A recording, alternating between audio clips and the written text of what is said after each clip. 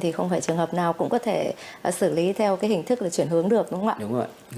Xin cảm ơn luật sư đã tham gia chương trình hôm nay.